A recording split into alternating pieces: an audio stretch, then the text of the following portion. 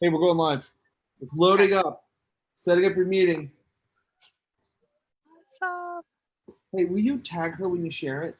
Say that we're on with her. Is that all right, Danielle? We're going to tag you? Yeah, Okay, absolutely. cool. Hey, this is Jase, and welcome to Speakeasy with Jase. I am super excited to have our special guest. But before that, we are joined by Diane's torso. Diane's torso. Wait, no, this is drunk. Hi guys. My co-host Diane Mooney, who is what's your title now? Coordination specialist. Coordination specialist, and Kat Randall. And then also we're joined in the background by my new piece of art, the buffalo, or no, I mean a rhinoceros. Rhinoceros. Which is fabric. And then super excited to bring in our guest, who is just one of the just real sweet giver, probably an over giver because she spends too much time with people that aren't her family, but she's like this awesome human being, and she has an expertise. You guys, I know how to do great events. I know how to crush sales at events. I know how to craft an event that is life-changing. I am not an expert on filling events, and it has been like a godsend to meet her. She is the expert on filling events, developing your tribe, and like getting people there so you can make a lot of money and help them. Please welcome to the Zoom, Danielle Clark. Hey, everyone. Should Thank I you, guys.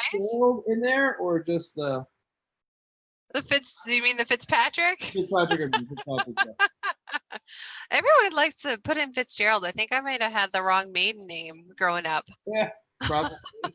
So my apologies, guys. The elephant in the room is that I'm at the airport right now on transit to the California coast. And hopefully you guys can hear me okay. I hear you. Can you hear us okay? Because I'm just on the computer speaker instead of headphones. Yeah, I can hear you guys great. Cool. So, where are you headed? And what are you heading to do? Let's start with that, because I think that's pretty. Yeah. I'm heading to San Diego, and that is because I am running an event in San Diego, October 18th and 20th. So we're doing some pre-marketing for the event. We're going to some events, meeting some new people, building up the relationships that we have in San Diego so that we can get some local how would you San Diegians, or I don't even know what that, I should ask before I say it. If anyone knows, please put it in the comments. Just so you know, we're streaming from Zoom, Danielle. So, and anyone watching, so that's why Diane's kind of looking over there, and then I'll be clicking around. So when I'm streaming from Zoom, I don't immediately see the comments. We have to look on Facebook to see those. I only see Zoom. So if there's a delay in us answering a question or replying, that's why. But well, Danielle, tell us more about these pop-up events, what you're doing, and what that's about. Yeah, so there's a lot of ways to do the pop-up events. What I like to do is I like to build my tribe online, and then I set up some pop-up events to meet them in person. And it's really great when you do it that way because they get so excited and they get on the phone or Zoom with you, but they still don't get to actually meet you.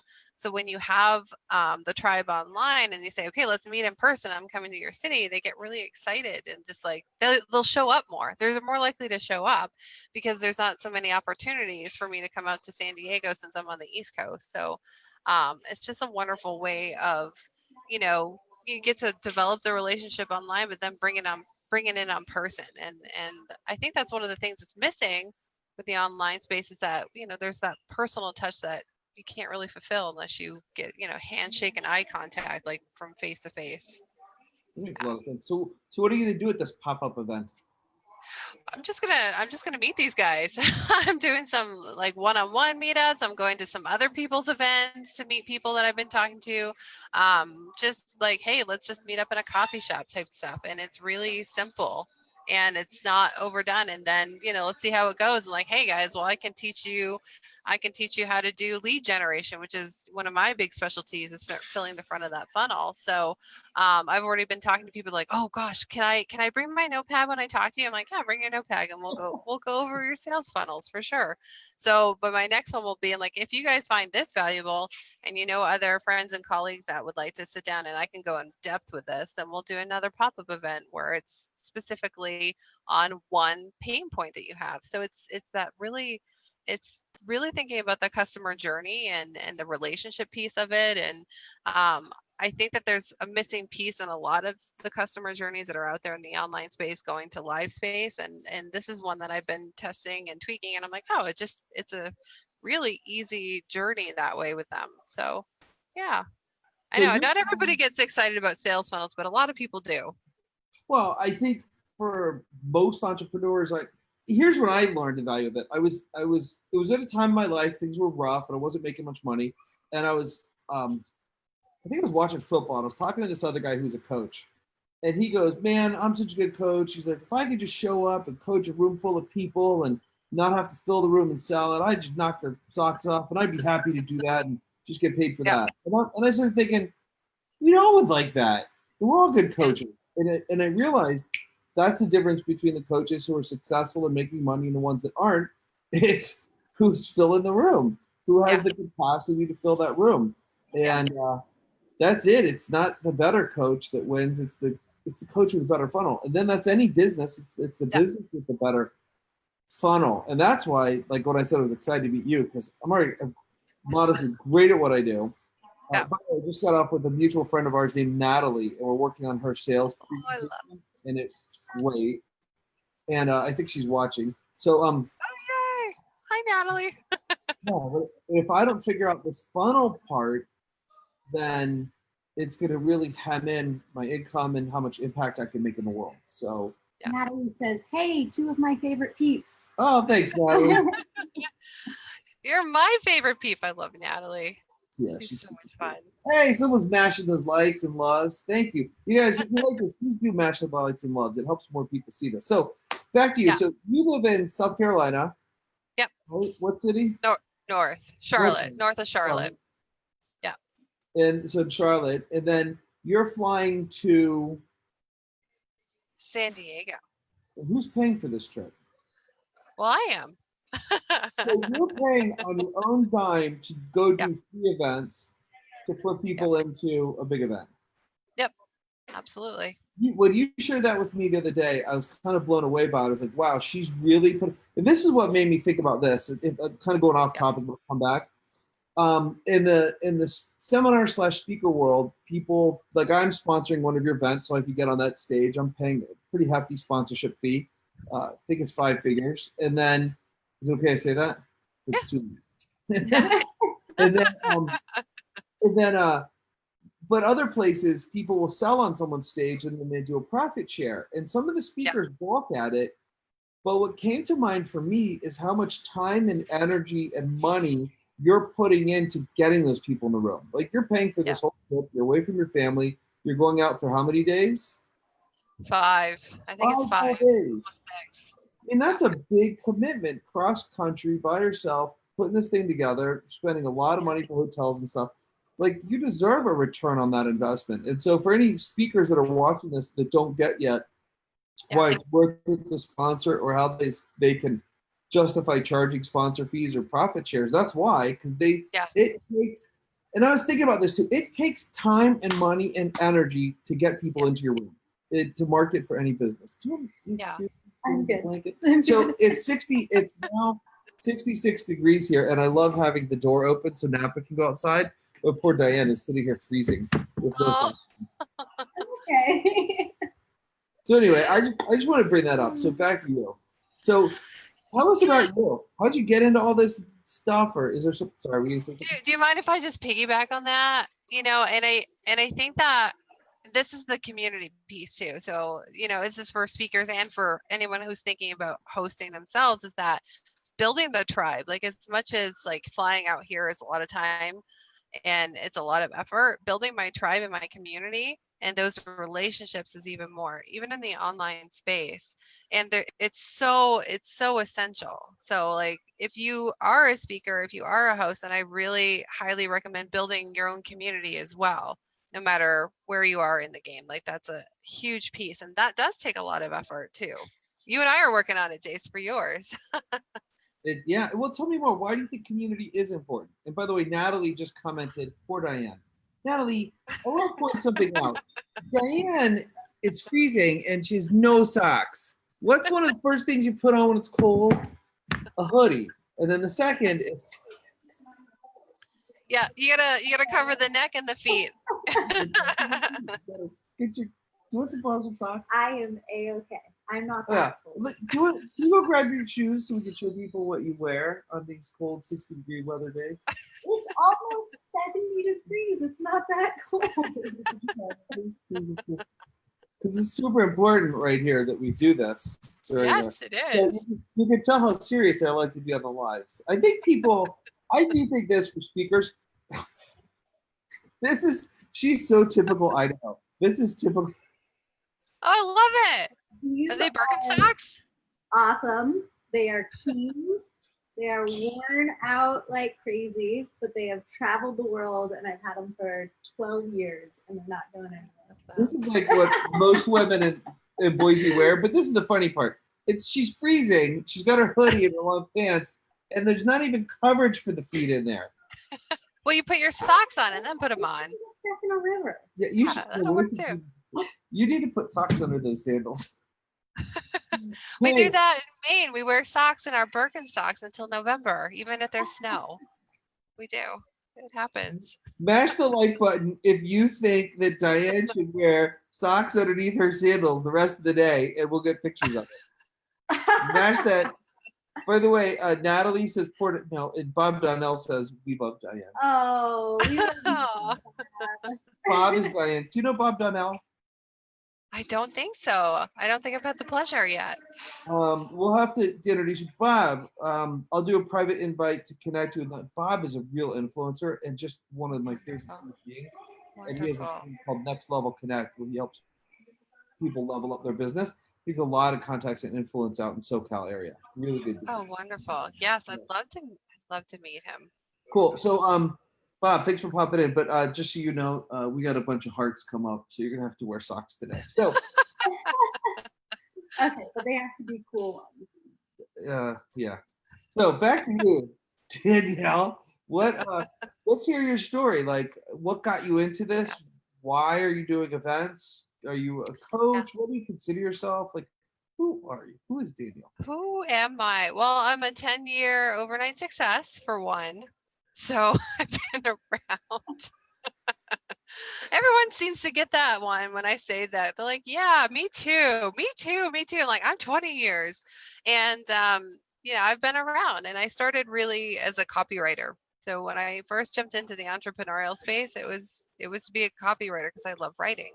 I've known since the second grade that I was going to be a writer, and I was telling one of my friends this morning that she's like, I keep wanting to call you Danielle Steele. I'm like, well, that's really interesting because that's who I was actually named after. That's cool. I was named after, so I'm just destined to be a writer, I think. But with copywriting, you really have to understand, to write good copy, you have to understand the customer journey. And in order for me to understand the customer journey, I needed to get in behind the scenes. Before you go further, Yeah. What's the customer journey? The customer journey is the journey that a customer, when they first meet you, whether it's online or in person, what they go through in order to go from just a cold prospect, somebody who doesn't know much about you, to a paying client. So that journey from prospect to paying client is the journey. Yeah. Is there a journey after they first start paying you, or that's all that gets really tracked out? Well, I mean, with the funnels, that's what we track. But yes, afterwards, then it's all about customer service afterwards, and how you're, and that's just something that's completely different when you're tracking it. But for sales funnels and copywriting, my specialty is the front of the funnel, which is cold prospect to paying client. Yeah. That is such an amazing skill. So could you give us an example of that, of something front of the funnel? The or front, customer yes, journey, the customer journey, like yeah. make one up. Well, okay, so let's freebies, lead magnets. Those are it's free information that you are giving to somebody to entice them to sign up for an email list or to go into your Facebook group. And these things, I call them prospect pools. I should probably coin that because it's a little bit of my environmental science background, but you are really, I call them prospect pools where you're putting people in a platform where you can nurture them further. It's like, we're going to put you in the pool so we can warm it up, and warm you up and move you along to maybe a lazy stream. I don't know. So that's usually what I call go down the lazy stream in a tube or something. But that's like what we're trying to do is we're trying to entice them to actually come into the pool to get to know us more, have a drink, stick around. So lead magnets are a really great way of doing that. And people have tons of different lead magnets. They could have an ebook, webinar series. I mean, right here, what we're doing is a lead magnet as well. And we're posting it out on, social media so new people can see it. This is a wonderful little lead magnet into a potential prospect pool. So does that help? Or did you want to get like me name a client and walk it through all the way? Name a client, walk it through if you don't mind. Like Oh, yeah. the more real, the better, so people can get their hand around like what we're doing. Yeah. So let me see if I can, because a lot of people are like, how do I do it now? And, there's ways to do it, like meeting a cold prospect and getting them to buy from you in a day. Like I can do that really quickly. And, let's just say that your avatar. The first step is really knowing who your ideal clients are, who you work best with, who you get results for. And you're confident about those results because you've already gotten this type of client results. So let's just say, I don't know, Linda. We'll just say Linda. L came to mind. So I'm like, we'll just say Linda. Linda's out there on social media in a group and it's a marketing group where she's looking for marketing help because she's terrible at it, right? She's just not good at marketing. She has no idea. She's new to the business, the entrepreneurial thing, and she's looking for all this help. So, in that group, as a filling the front of the funnel specialist, a lead generation specialist, I know that in that group, there's a ton of Lindas. I know there's a ton of Lindas. I know how they feel. I know how they feel. I know what they're going through. I know the next step they need to take in order to get their first paying client. Or How do you know how they feel and what they think? it's part of when you're creating that customer avatar, right? Is that you actually dig in deep to the feelings of it. And one of the things that I do is I actually step into where I was 3 or 4 steps back. That's the first thing I do. And I get an idea of like, okay, this is how I felt. These are the concerns I have. And so that I'm not just pulling from my own experience, then I'll go and ask other people who would be a perfect client for me. I'm like, how are you feeling right now? Let's really talk about this. Let's hear the bad stuff, give me it all. And I'll just sit back and listen, which is really, that could be really challenging when you're leading an industry. But just sitting and listening to them and pulling out information is how you're going to feel into a customer. They're going to tell you exactly what they're going through if you hold that space for them. And Love when you it. have yeah, when you have that information on top of your own experiences, then you can really start customizing that customer avatar, that client avatar even more thoroughly. And and I think people they glaze over this like, oh, well, it's just a generic customer avatar. I'm like, if you go really deep with these avatars and really understand what they're going through, and with the intention that I want to help them get to the next step, what do I need to create in order to do that? And when you set that intention as a professional, then it's going to come to you, or somebody's going to say something and it's going to give you an idea, or you're going to collaborate with someone else that can kind of help share some ideas with you. And just having that and then moving forward with creating like a lead magnet that does help them get to that next step, and a program that does help them not only get to the next step but the next level. That's when you So have a lot of success. how do you get someone to have this conversation with you? That's a really good question. People just seem to want to talk to me, but there's No, actually, that was my point. It's so what I'm thinking about is, hopefully watching this video, this Facebook Live. yeah. There's some new coaches, there's some middle coaches, whatever. But what I've experienced with a lot of these coaches is they're afraid to talk to the newer coaches. You said you want to have the confidence you can produce results for someone because you've done it. Well, for a newer coach, that can be very difficult. Yeah. Two, you know who it is you're serving, and all you have to do is literally ask them questions. Where are you? Why are you stuck? How are you stuck? How can I help you? Yeah. And people will tell you. It's not like a hard thing. And then you're doing something that I think is so great. You're asking them how they are. Well, and I do this in a lot of, like, I call it little tricky ways. When I'm on Facebook, I'll ask open-ended questions where it takes a longer conversation. And here's the fun thing, guys, is everybody wants to talk about themselves. Everybody wants to be heard. Everybody wants to be seen. And if you are setting that intention and you're asking those questions, like, I just want to get to know you. Really? You don't want to sell me? I'm like, I'm not going to sell you anything right now. I just want to understand what's going on with you. And if I can help, then I'll give you some things that I've seen help, and that's a discovery call. So you can do those you can do those with meeting somebody on Facebook. You can do that. I mean, LinkedIn is a great place right now, and everybody is going to LinkedIn and they're just sending them a link to a sales pitch. And I'm like, actually, just see if they like what you're doing and you like what they're doing and they want to jump on a call. And like, no sales, I just want to see what's going on. Or if you even just say, hey, listen, I'm doing market research because I really want to understand what my customers are going through. And if you would love to jump on a call with me, I'll give you a free strategy session, or I'll give you a gift card to Amazon, whatever it takes to get them on a phone call with you. I mean, heck, I've given out Amazon gift cards to get people as a thank you for getting on the phone with me and doing market research. It's, if you think of it as an investment into helping people further, then it's a lot easier to do stuff like that. That's awesome. So I have a follow-up question on that, but before that, will you grab me that blanket? I'm a little cold. Absolutely. It's not for you. That was smooth. I like it. You're gonna share, right? It's gonna be funny. Yeah, come on. I'm guilty. I was waiting for the right time for that. Like, I know, like, if Natalie's watching, I know she's like, I can't believe he did that. You're gonna share. You're gonna share. You know what we'll do, Diane? When it's winter and it's snowing out, we'll bundle up and we'll do our stuff from outside.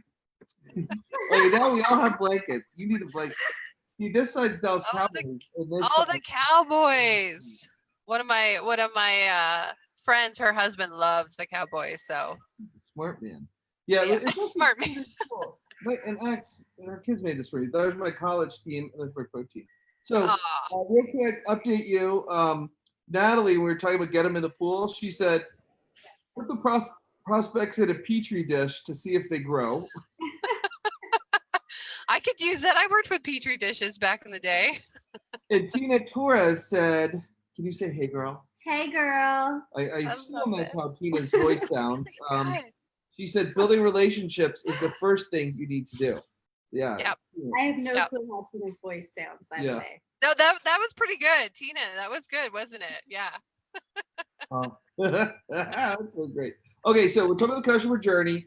So we're talking about creating and crafting that. So first is, just to recap, we discover where they are and we discover what they're thinking, feeling, and we do that by one. And you guys, if you're new, just go back to, so Natalie, if you're still watching, can I share some of the stuff we wrote? Let me know. I want to talk about your journey. So one thing you could do is just think about where you were and the challenges you went through. So like for me, when I'm speaking, you're kind of sharing the customer journey from stage in a speech, in a presentation. And you're doing it, what I believe, by sharing your story, or like it's kind of like a hero's journey in a way. So for me, it was, I was a realtor and a real estate investor, and all these people were making way more money than me, and it really pissed me off because I knew I was as good as they were, I knew as smart as they are, but I wasn't nearly making the income they were. And it really was frustrating for me. And part of that too was I always felt like I was made for more, like made to do some great stuff, but I wasn't doing anything like that. And so when I shared that in a room, I see the eyes go. The people in the room, all right, they're where I was. They got, and like so when I started, that I only had myself to draw upon. But then as I started to understand marketing more, I started to have more conversations with people and literally go, where are you? And here's something I do.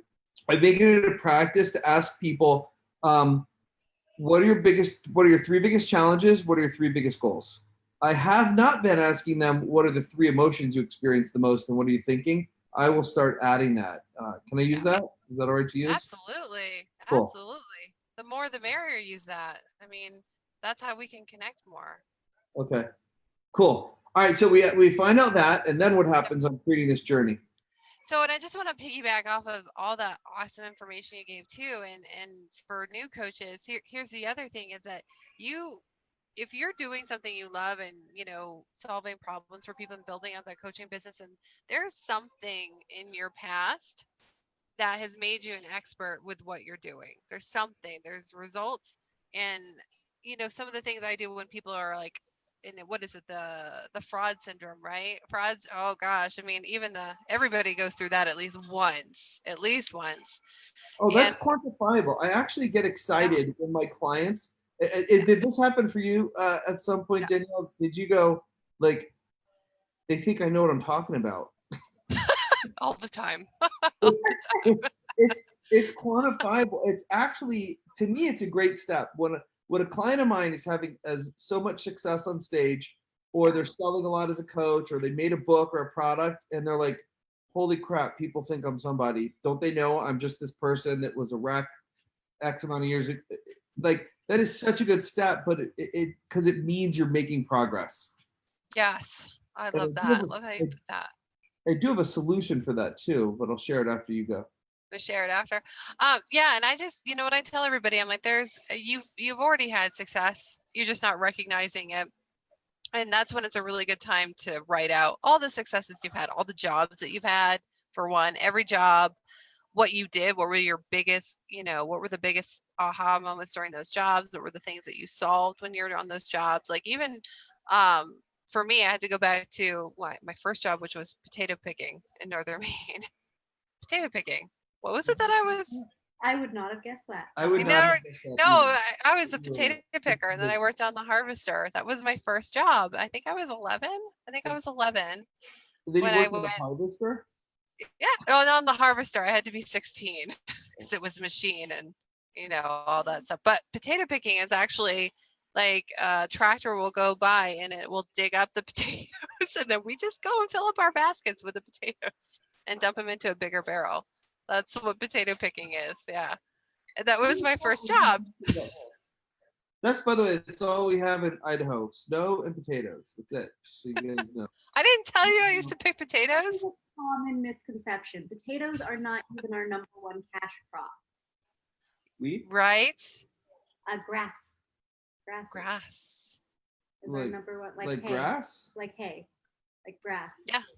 Like that makes hay? sense. Like hay. Wait, like grass in my backyard, or hay like fields of hay? Like tall grass that gets cut and sold to people to feed their animals. Yep. And the animals make their bed with it. Pigs make their bed with that hay. Yeah. That reminds me of one of my favorite old jokes, but I don't know if it's okay to say it anymore. He's thinking about it. We should give him a moment. I'm thinking about how I can say it that's socially acceptable. Did you know I used to be a flight attendant? You used to do what? A flight attendant? Yeah. I was just thinking that. I didn't know if you told me that or not. I'm like, wait, who do I know that was a flight attendant? So you're the one. Yeah. So I'll say this. What if flight attendant cows eat? Hey! I think that was okay to say. Can you scoot up a little bit behind me? It's all if you're good with saying it. That's all that matters. way off target. So Natalie, I talked to her. She said I could tell her story. So you were just saying that things, when you were telling us about your job. So finish telling us about your job, and then I'll tell Natalie's story to tag on. Yeah, so I went back to my potato picking job, and it's just like, what is it that I do? Like, well, you know what? I really learned hard work. I learned hard work and long hours, and that has served me so well with developing other skills.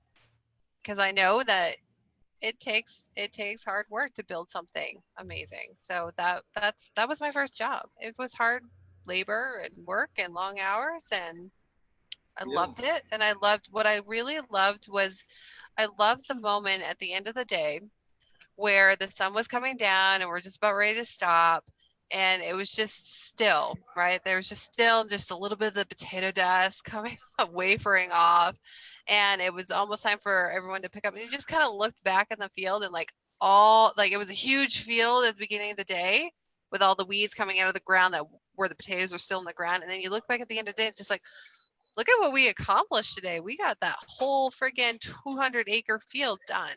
All of us did. That was like my favorite part of the day, is like all that hard work went into picking all these potatoes. This whole field was, they were underground, and at the end of the day when we were just about ready to leave, it's done. We did So that. how does that tie into the customer journey?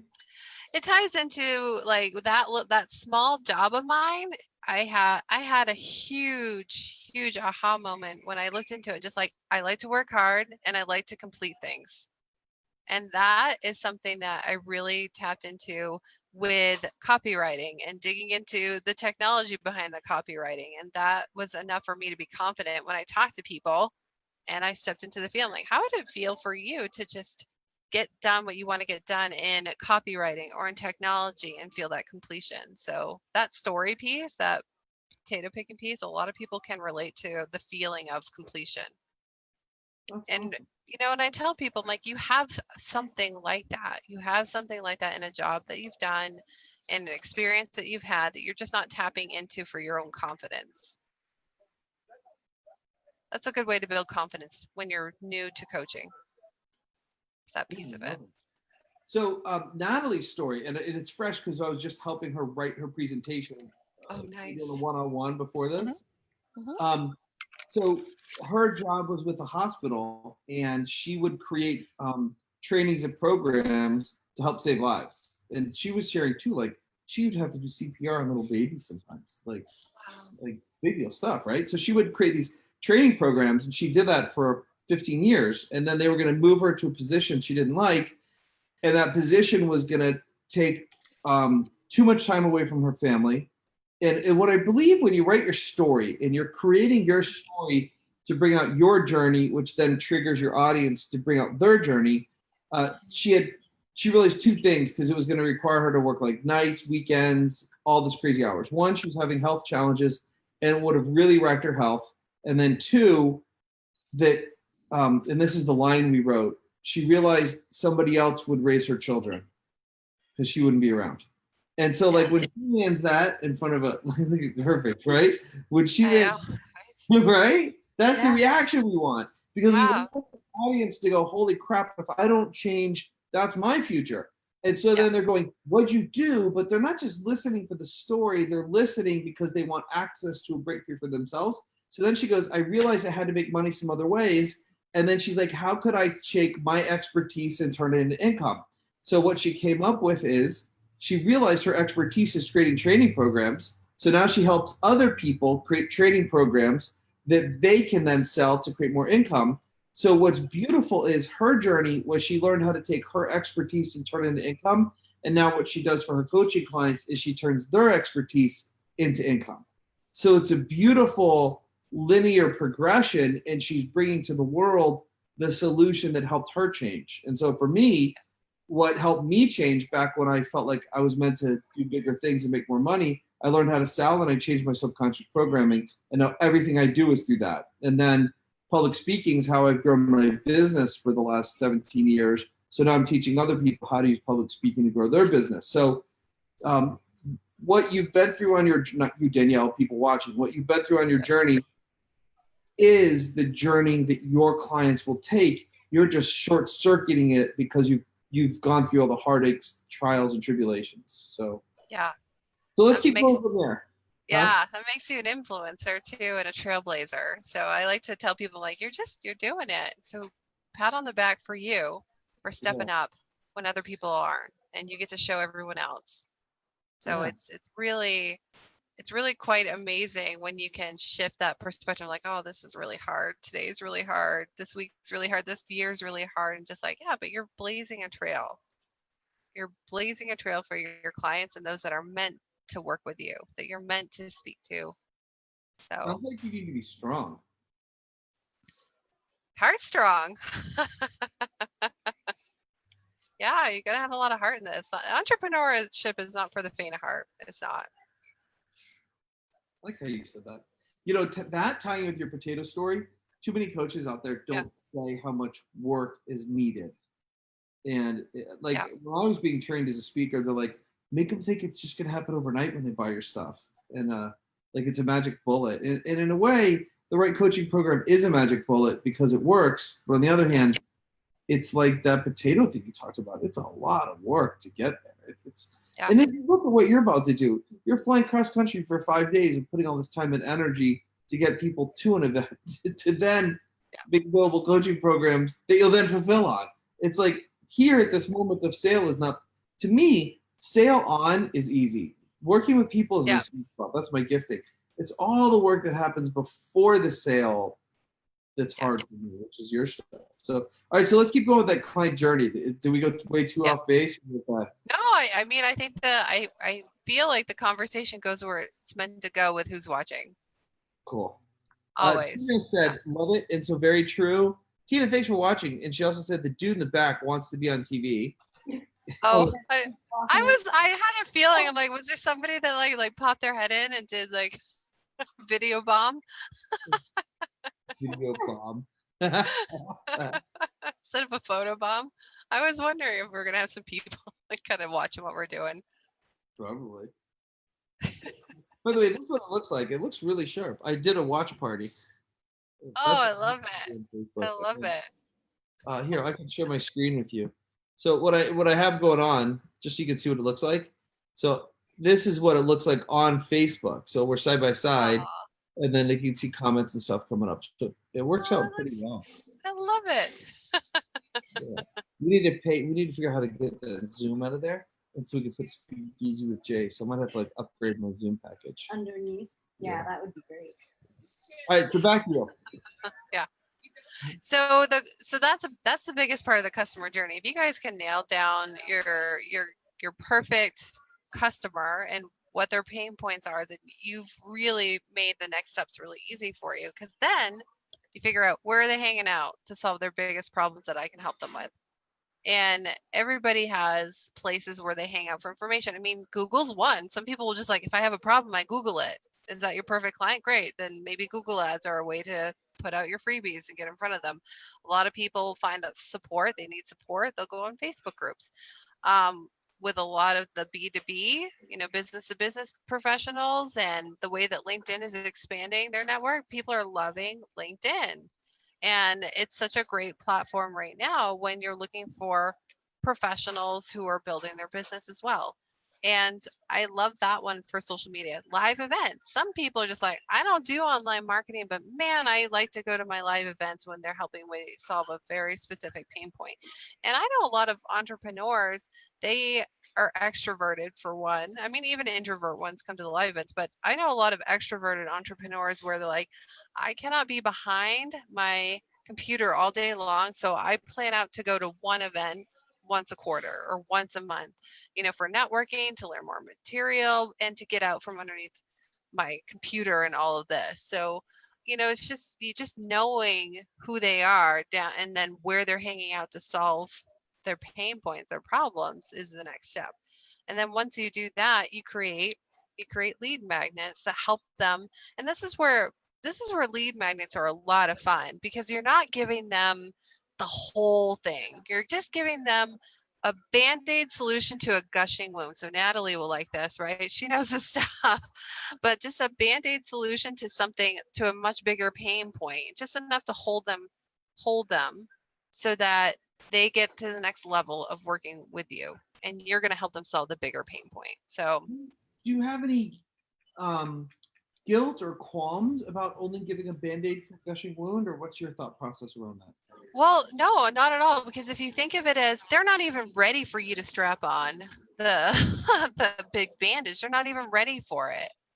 So that's the other thing. If you give them everything that they need, but they haven't even gotten through the next step, then they may not even be able to get through the next step if you give them everything. And me being an over deliver, I over deliver people so that I break their brains sometimes.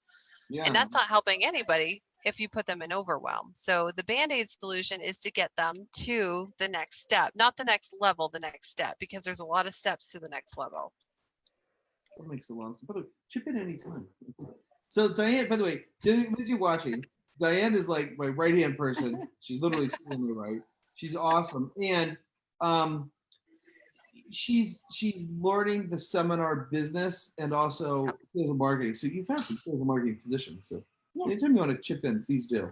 Every day she goes to me. Well, did you know I was lead marketing for this company that sold climbing gear? And then did you know I was like, what? So talent she doesn't tell up front. Maybe Okay, you just didn't vet me too well before you hired me. I vetted you perfect. Yeah, you're here. You're a gamer. So, hey, I think what I'm going to do to end this live, you guys, whenever we end it, I'm going to pick 4 pairs of socks, and you guys can vote on which pair of socks Diane wears with her sandals the rest of the day. They're going to end up being cowboy socks, aren't they? I wish I had some. You don't have any? Oh, we got to get Jason cowboy socks. Yeah, cowboy socks. Some cowboy socks. Cowboy socks. Okay, customer journey. So now, okay, so we found other pain points. We did the research. So we probably put out some marketing that says, if you have these pains, sign up for this free report. Yep. This, we call it, this would be called lost leader, lead gen, giveaway, whatever you want to call it. Yep. And then what? And then what happens then? So they get that and they digest it. And then what? They digest it, and then it's time to see if you can help them to the next level. So there's a lot. This is the call to action part of it. So yes, another part of a call to action is go download my freebie PDF on this particular solution I'm giving you. You also want to have that second call to action. It's like, let's hop on the phone, because I know that this is solving one of these pain points, but I have a next step solution. And that's where you get on the phone call to see what is it that they're really dealing with. How did they like the freebie? That's the other thing people don't really think of, is when you have a freebie, do you have something to follow up with them? Like, how did you like it? Did it help? Did it not help? Let's get some feedback. If it didn't, let me take 10 minutes and say, okay, well, have you thought about A, B, and C and trying that? And then if they're still struggling, like, you know what, I really help people in this particular area, and these are the results that my clients get with me. And if this is a result that you're looking for, then we should talk about working together more closely, because personally for me, when I work in a group setting with my clients or in a one-on-one, they move so much faster. Mm-hmm. They move so much faster, they get so much more done, and they have much better results than if I was just to say, okay, you got the freebie, great, and no, I don't need your program, Danielle. So I'm really doing them a disservice if I don't get on the phone with them and at least tell them about the next step product and how they can have those results and how it's going to help them with the next step. So that call to action is essential, and it's the second call to action after they've already gotten the call to action to download a freebie or to sign up or to get into the prospect pool. So that one can be a lot of different things for a lot of different people. It depends on your customer journey again, and how your customers will naturally flow through the journey, or what questions they're naturally going to have, or if you've got a freebie solution and it's great, but they actually need a little hand holding, then offer them a freaking hand, right? And get them on the phone. That's awesome. Yeah. And then what happens? You really like to go in deep. I love this. This is great. So, well, actually, before we do that, sorry, Tina has some more comments. If you could, yes, if you could play the part of Tina for us. Oh, okay. What's Tina's voice like? Can you describe it? Is it country at all, or? A little bit. A little country. Little twang. She's got this nice attitude, and she's got extrovert. Any Spanish in there? Puerto Rico. Right, Tina? Puerto Rico. Puerto Rican with a little country and a sass twang. She's very heart centered, and she's got a nice little sass to her. I don't know if she's ever been described that way, but it's fun. So if you could please play the part of Akita with heart-centered sass, country, Spanish. Yeah. First of all, Tina, I am not an actress, so if this offends you in any way, I sincerely apologize. And I'm not exactly sure what this comment means, but Tina says, go put that dollar in the slot for me. Oh, she's talking to me because I'm in Vegas. Oh, okay. Because I've got slot machines over here. You owe her $1? No, she just said, go put $1 in the slot machine for me while you're in between. And then she should put that dollar, which made me Go think. put that. Oh, yes. Not Okay. $1, that dollar. That dollar. That A very dollar. specific dollar. Yeah, specific Very- dollar. And I then didn't know I had a specific dollar. Peachy double hockey sticks, no. Do you want me to say? She said, "Hell no." Oh, I don't know if that was about that. I'm not hope sure that what was- it was about. Tina, I hope that was. Oh, she says, heart-centered I'm about- from San Diego. Oh, yeah, she is from San Diego, but she told me she's Puerto. Am I wrong? I could have sworn she said Puerto Rican. That's Oh. her. I don't know. She is. Oh, that's right. She has a little. Tina, you have a little bit of a southern, just a little bit, because she's lived in the South for a little while. Mm. But I wouldn't say she sounds like she's from San Diego. Yeah, for those of you guys watching, because there's a delay with the comments from when we talk, we're not exactly sure. Like she put yes. I'm not sure what thing she was saying yes about. I think she was saying yes, you wearing socks. It was just delayed. So okay, Oh, so she's wearing socks. Perfect. put that dollar in. So okay, so our customer. Here's one thing I want to point out though that I love that you do. Two things. One, everything you're putting together. She says. Could you read that last comment from her? She says, no, I am Puerto Rican. Okay, I got that right. No country accent. Really? Oh, she didn't know. Okay, I didn't think she sounded What San. was it really? That was very SoCal. Really?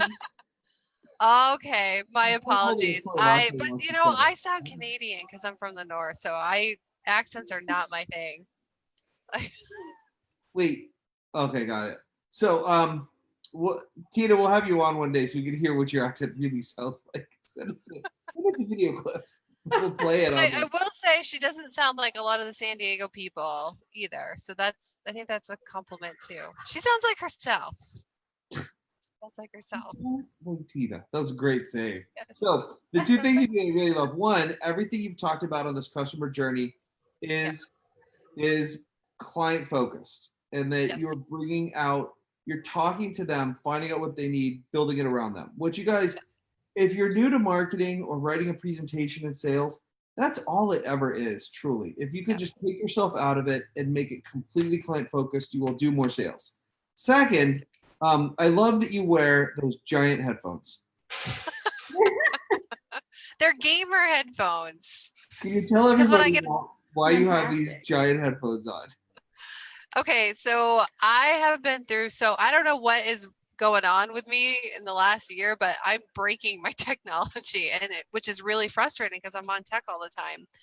And I've gone through tons of headphones and microphones, and somebody just said, like, your audio needs to be better. And I'm like, really? I've got this big mic like right by my face. How is this? And I keep breaking stuff. Like, go get some gamer headphones. You're gonna sound really crisp and clear. It's noise canceling. And so I did it, and it does. The audio is great. Nobody's ever complained about my audio, and I haven't broken them yet. So, but if you think about gamer headphones, they're not going to break easy because people get mad and throw their headphones like when they lose a game and stuff. So they have to build these really tough. Yeah, they're made to withstand the attitude of a teenage boy. So yes, Yeah. exactly. Yeah. Exactly. I mean, it's perfect, right? And then Tina says, she wears those headphones because she has big hair and big brains. I do have big hair, big brain. I tell people that all the time. I put my glasses on. They're like Harry Potter glasses, and I end up looking like some kind of weird hybrid between Harry and Hermione. Are people that are watching, if they're still on, the ones who are like results driven, have to be going crazy because we're all over the place, and then the people who just want to be entertained while they learn are probably like, "This is awesome." And so, but this is how I think. Like, let's have some fun. Let's be all over the place. Let's talk about what pops into our brain, then let's come back to home. Because for me, like you and I were talking about this the other day. Like, I hate doing stuff alone. Like, I freaking hate it. You know what I would like? I just. He's like he's contemplating. He needs. You just got to do this with your hands. You're always above his head. He makes that face. What happens? Okay, so if you guys watch it, what happens is when I click on something in my brain that I think will sell or that has high value for the marketplace, or like if I'm writing a presentation, you know how you get like your hair stand up, like I'll get some kind of a feeling in my body. And what just clicked for me was, oh, I just got emotional, which I know that, wow. I was gonna say I would love while I'm working to have something like this on in the background, so it's live. I'm not alone. I feel like I'm a part of something, and I would be more likely to do my work because I could chip in. And so I just realized, oh, that's really sweet. We're providing that value for people now, and then it made me click in. How could we do something that's maybe 8 hours a day, not us talking for 8 hours, but different people, but it's live and people can chip in. So I was just thinking, if I feel that way, I bet there's a lot of people who don't like working alone and feeling alone and would like that live company. Yep. Just, we do that. We do that in my yeah. group program. We call it implementation labs. So they're labs. Yeah. If you think of, I have a background in science. So we would have really long labs once a week, and they're like 3 to 4 hours where we were going in, we were doing experiments, recording results and everything. We're doing it in a group setting.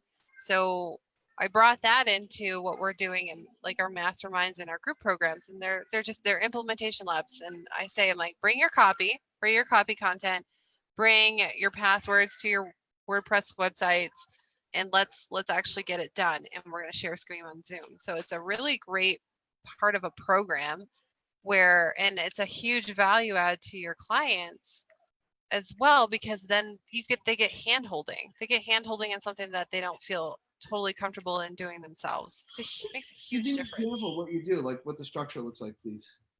Well, the implementation labs are anywhere between an hour and a half and 2.5 hours once a month.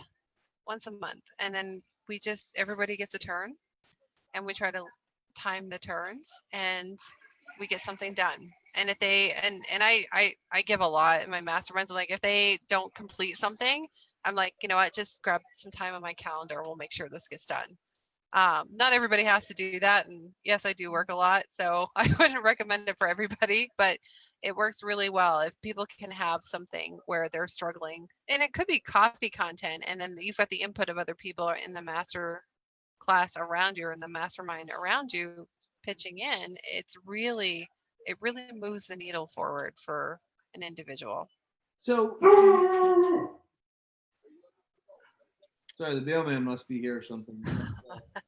Someone's walking around the front yard. Just got company. Sorry guys, I apologize, but we're live, right? Good boy. His hackles are up. Good boy. Good boy. Oh, it was the Amazon guy. Hey, we got something delivered. Should we unbox it? Amazon. Yes. I got blink cameras, and there's like my view of the front door.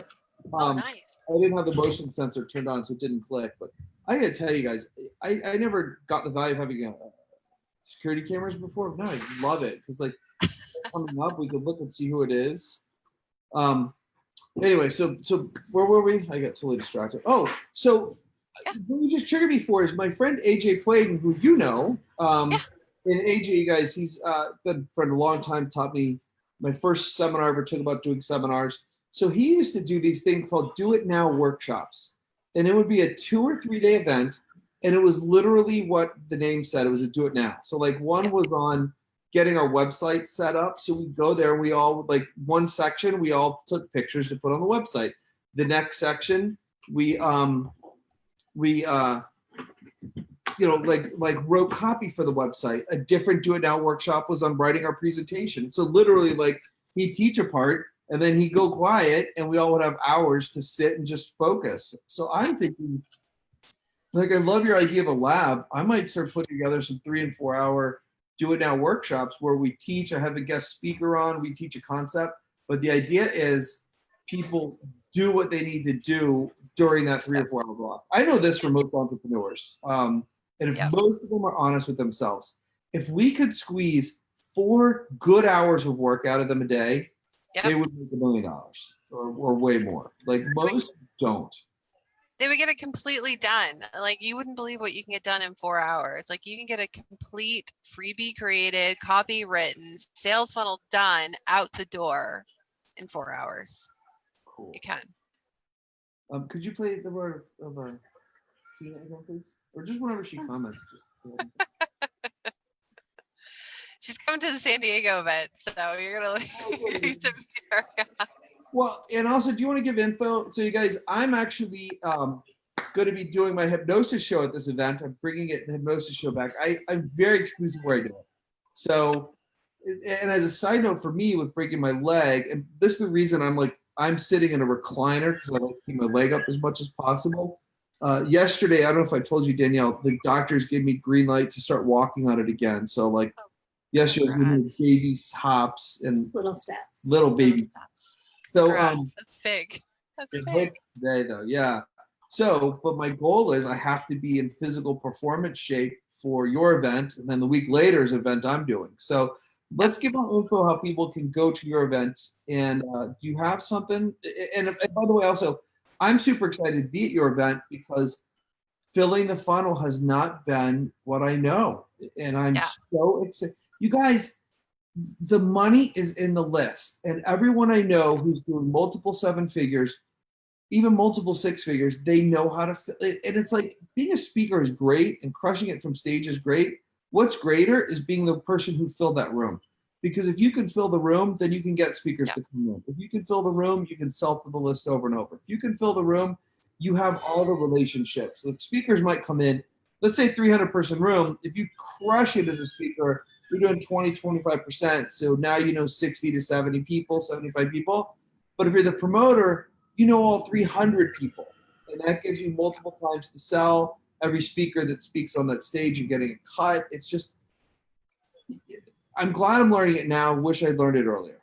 So I'm excited to go. And I'll be taking notes furiously and attending the entire event because I want to learn this. So. Yeah. I'm gonna make a quick link. I didn't have time to make one for you, but I'm gonna make a bit.ly link for you so that we can doing that. Can you play the part of Tina? Yeah, Tina wants you to unbox this live. You know, do that. That's great. This is more than this. She says she goes to your house to get lots of laughs. Yeah, yes, she does. We have a good time. And that San Diego is going to be awesome. And that that's you not need what a she sounds act. like. That's not how she sounds. You don't know how she sounds. Well, I know how I think she sounds that you did earlier. So my kids are constantly begging me to watch these silly YouTube channels where kids open up packages of toys or things like that. So maybe this is kind of the same. Maybe this is the adult version. What Jase got in the mail today? Let's see. So, sponsored by Amazon. No, it's not. Wish. You can get Amazon to sponsor you. I know what it is though. So, Boise is really fantastic about are there even roaches here at all? Not really. There's really no pests here to speak of. There's ants, there's bees, but in your house type stuff, it's very nice. There's starting to be some mosquitoes, I guess, depending where you go. It's actually really nice how little, when I lived in Florida, there's giant roaches and they fly at you and palmetto bugs. And if you're going to a convenience store at night, they always fly right at you. It's just gross. So there's only one bug here and they drive me freaking nutty. And so I think this is going to be a solution for that. Did you guys see the video? Where somebody had the Amazon package booby trapped because one of the big things, especially, isn't that hilarious? Like glitter bombs and everything. Yeah. Um, That company that sells glitter bombs, I'm really surprised they get away with selling glitter bombs. I mean, not the ones that just fall out, the ones that explode. If you guys don't know what we're talking about, this company, like you could, ones, they have these cards, you open it, and all this glitter just falls out everywhere. And it's like, but other ones they have, it like explodes. Oh, so here, I opened I this. sent a card to a friend where it had glitter come out. I'm like, oh good, this is gonna just like make his day. Have glitter coming all over his floor. And I believe he's a pretty neat freak, so that's why I did it. Awesome. Have you seen that it's a Southern thing where it's glitter, but they're talking about it like getting infected by like a zombie? They're like, he got it on him, and they all start running away. Like, it's glitter. So this is what I got. It was a giant trap. It is a I don't know, some kind of LED thing to trap flies. Because that's the one thing we have here. It's Nice. nuts. We have a lot of flies during the summer because there's a lot of farmland around here, so Yep. there's a lot of flies. So I'll let you know how well it works. Hopefully, it works amazing. And yeah, so that's what I got. check out It's a the nightlight. packaging. That's Isn't that awesome. cool? What's it? Oh, I love that. Mhm. That's like the extra Oh. customer journey right there. Right? That That's is the really extra. nice. Yep. It's like a custom fly box. Customer. That's awesome. Custom fly box. So, all right, so let's actually do some real content. I want to give out the link where you can come, and then I want to give some real content on my view of the customer journey and creating products and offerings that I think will be of massive value to people. No joking, for real, massive value. So, I did just message you the link, so you got it. okay, I got it. I put it in. You put it in. Oh, awesome. Yep, So I give you your own Bitly link. it's bit.ly forward. Yeah, just look at the chat. It's bit.ly, bit.ly / Does it have to be in capitals? Does it matter? I don't know. That's a good question. Probably. EC I can't remember live if Bitly is. Jase. So it's bit.ly / I don't see it popping up here. It's EC Let live. me see. And I'm going to share my screen so you guys can see what it looks like when you click this. So when you click this link right here, it's going to pop up a new window that doesn't work. Yeah, we better check that out. That one didn't work. It has to be Oh, capitalized. you know, it is the Yeah. hyphen. The hyphen didn't attach, is what happened there. Yeah, and it is case sensitive, so. Let me. But I bet I could put it in there so it's not. I can put in another one.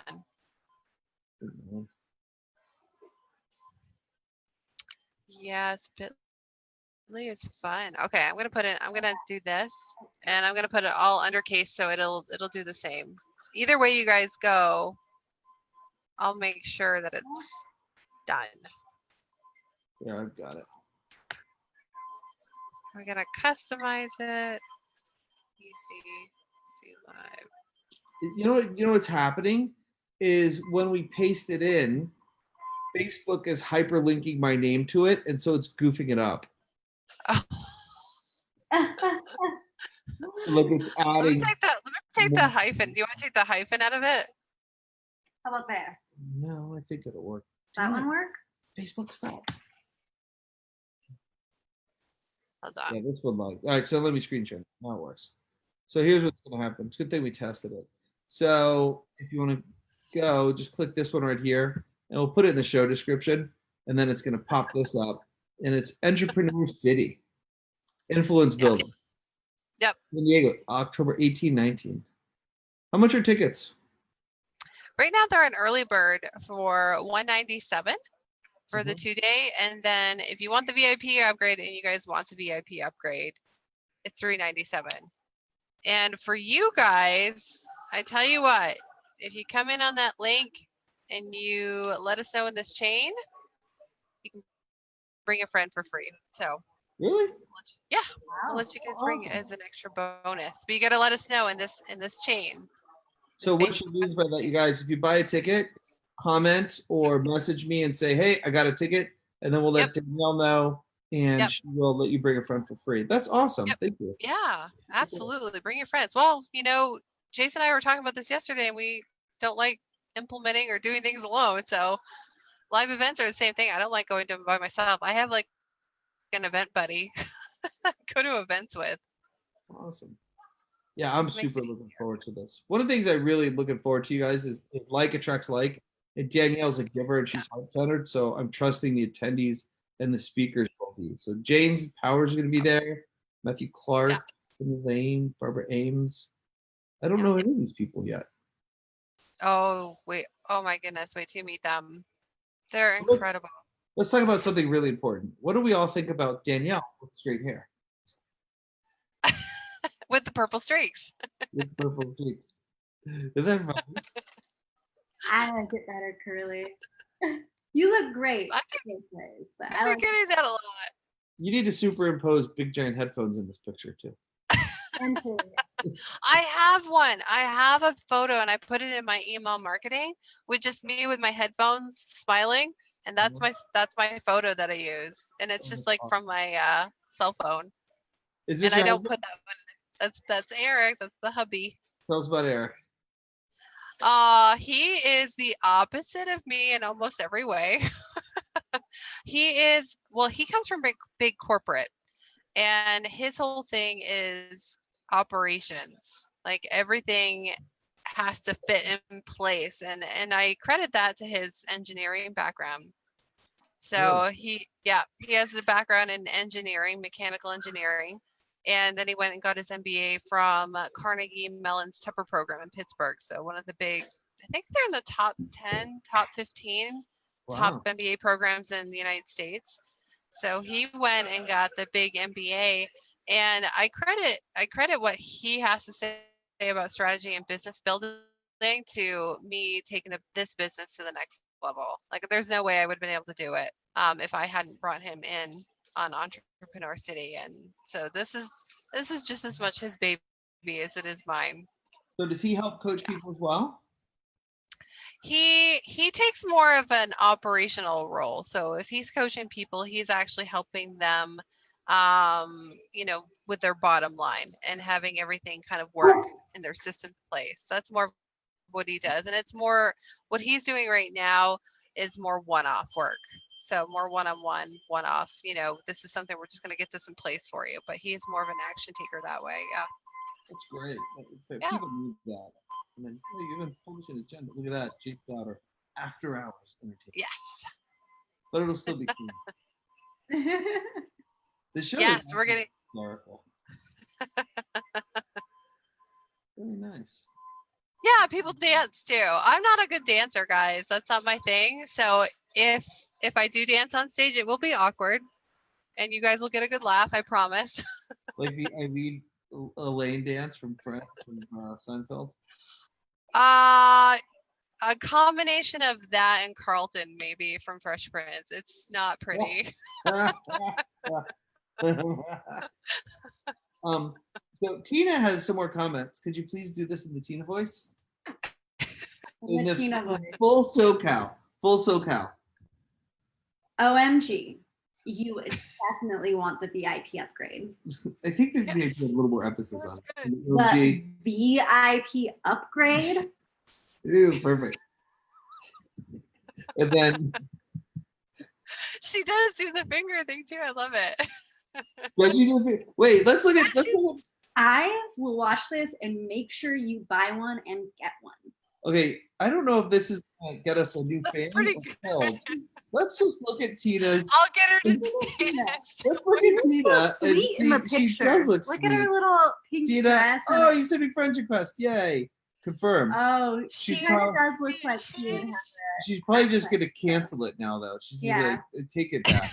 Did you need this for us? In Tina voice. But And she does like shoes. She does like shoes. Conquer the world. That's Marilyn Monroe. I know, but Tina's one who posted it. So she Oh, does like okay. shoes. And then let's see how oh yeah, she does look happy. Oh my goodness, she's such a cutie. Yeah, she definitely looks a little country, a little rock and roll. She's Yeah, I she's mean, she's awesome. like the perfect combination of sass and heart-centeredness. It's incredible. Oh, that's Oh, beautiful. and by the way, she says she's gonna get you to dance. Don't you worry. Yes. We gotta You're start dancing practicing now, too. Tina. I guess we're gonna go clubbing when I get back to Charlotte. So this is going to be my new thing. Oh, she says you nailed it. You nailed her. So right now it's just you, us, Really and good. Tina on the live. I think that's all it is. Private conversations to death. So I think that's what I'm going to do on all my future Facebook lives is just go through people's profiles, and we'll figure out what we think they sound. Actually, I mean, that's a great If live. you want your profile gone through and your voice predicted, please go ahead and leave a comment, and we will take you into consideration. Yes. That could be a whole thing. oh my gosh, Is your arms tingling now? Like that could be a whole cool thing that we do. Well, actually, I'm looking up her thing. So Nikki Johnson, I'm giving her a total shout out. Nikki Johnson and Candela.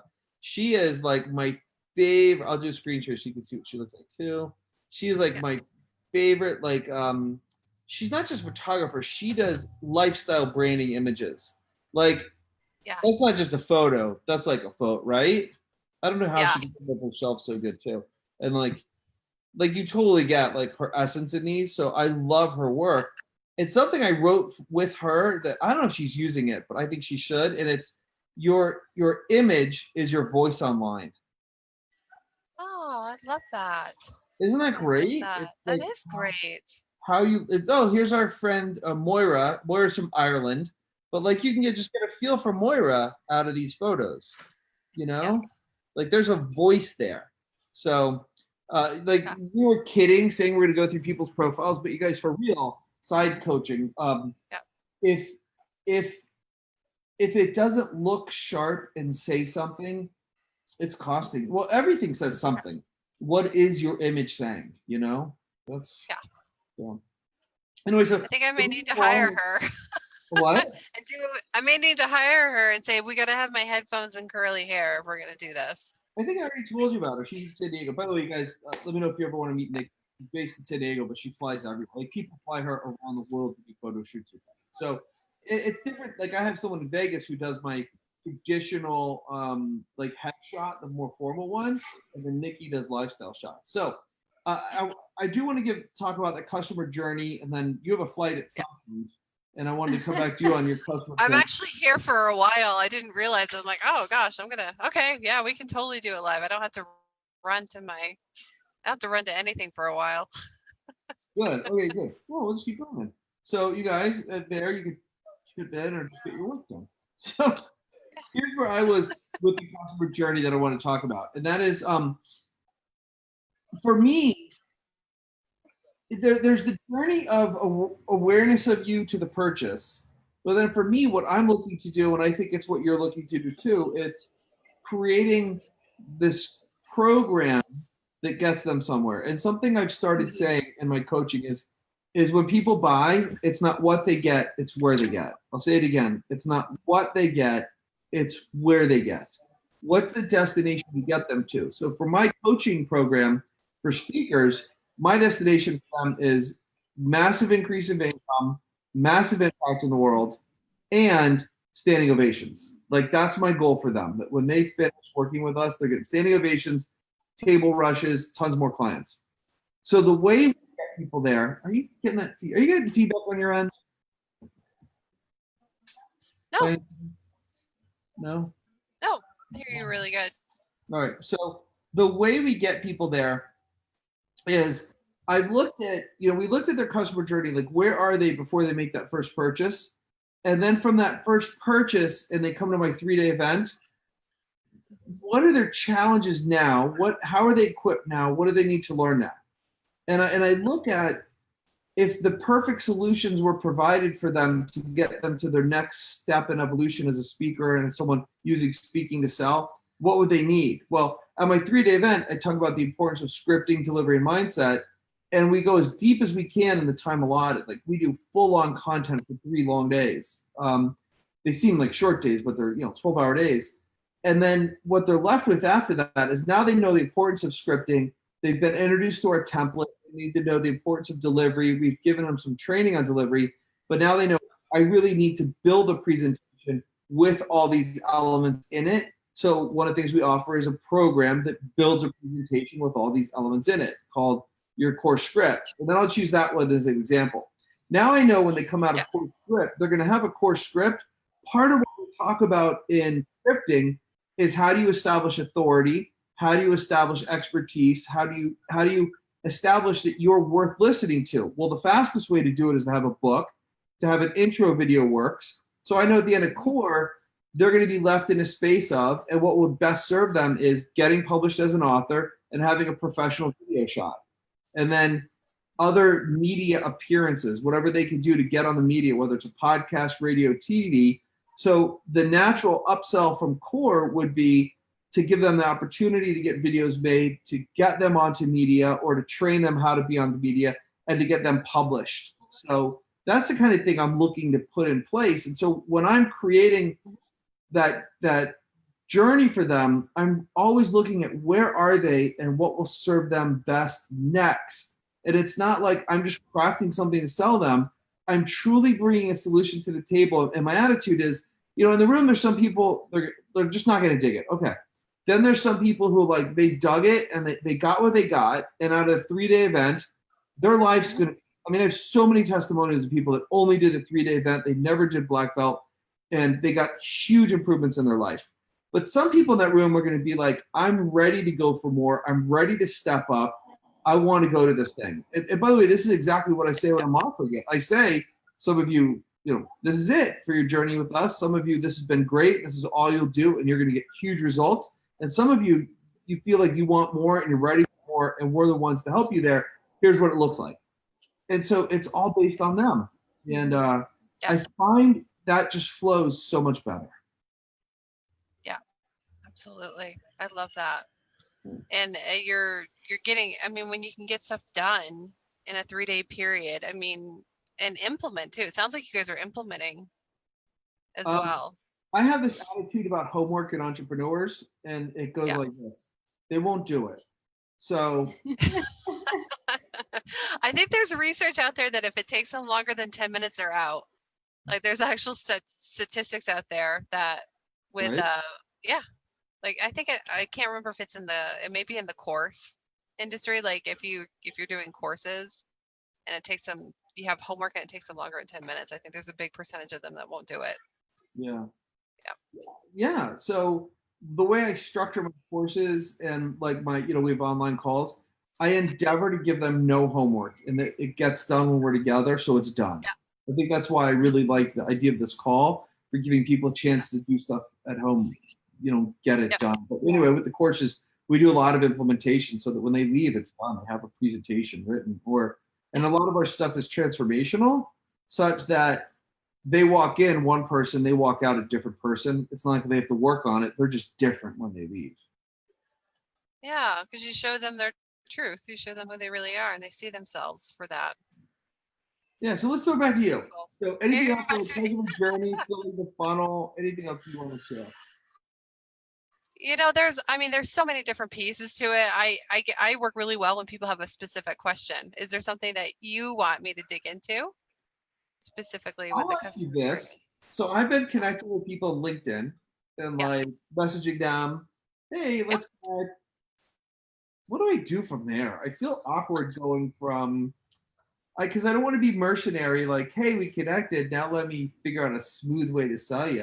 I don't like that. It just feels slimy.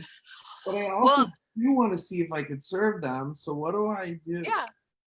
Well, the first thing is kind of releasing. Here we're gonna talk transformation here. Is releasing the slimy, and that's how you're gonna come across, and instead shift your thinking into like, okay, well, I can see their LinkedIn profile right now.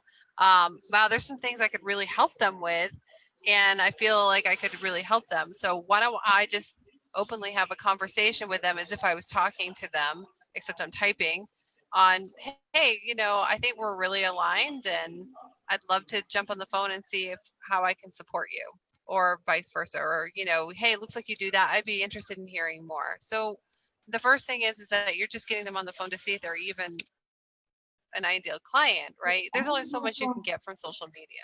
How are you going from you're interested in hearing more to you're selling them? That's my disconnect. Oh, when you're on the call or on LinkedIn? LinkedIn. Because it's like, first it's like, hey, tell me about you. Yeah.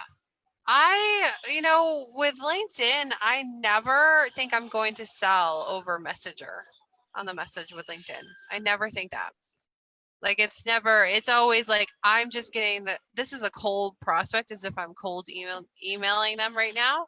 And I'm just warming them up so I can get them on a Zoom call or a phone call and talk to them further to see if they're even like if they would even be a fit for one of my programs or if I would be a fit for theirs or if I know somebody that can help them. So I kind of take the approach that I just need to understand them more.